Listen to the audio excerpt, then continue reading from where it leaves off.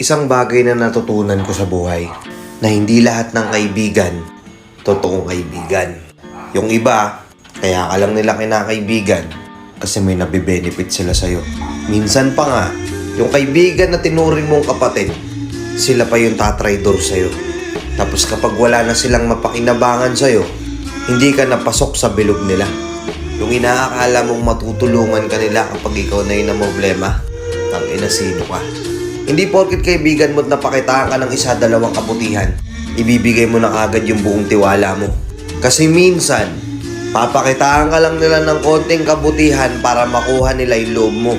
Tapos gagamitin ka lang nila para makuha nila yung mga ambisyon nila sa mundong to. At kapag wala ka ng pakinabang, etsapuera ka na ulit. Ikaw yung natalo, sila yung nanalo. Piliin mo yung kaibigan mo. Kuha mo.